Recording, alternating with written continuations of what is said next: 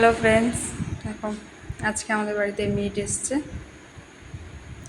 এই রান্নার কাছে সব জিনিস গুছিয়ে নিয়ে এসেছি। খুব গরম, গরমে একটু হালকাই রান্না হবে।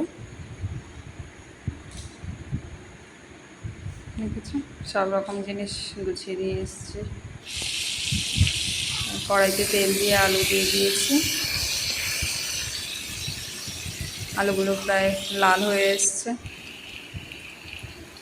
আলুগুলোকে তুলে রাখবো, তারপর পেঁয়াজ দিয়ে দেবো তেলে।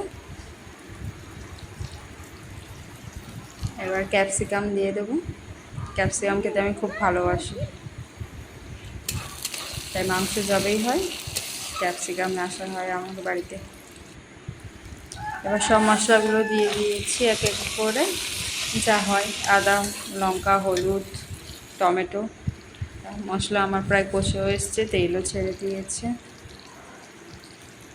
খুব গরম। এখন মাংস দিয়ে দিয়েছি, মাংস দিয়ে নাড়াচাড়াও করে নিয়েছি। আমি ঠিক ভালো রান্না করতে পারি না, কিন্তু কী করবো, বাড়িতে তো রান্না করতেই হবে।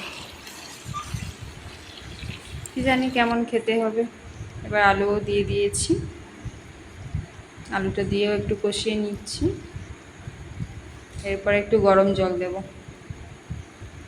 গরম জলটা দিয়ে দিলাম, সবটাই দিয়ে দিলাম। এটাকে একটু নাড়াচাড়া করে নেব।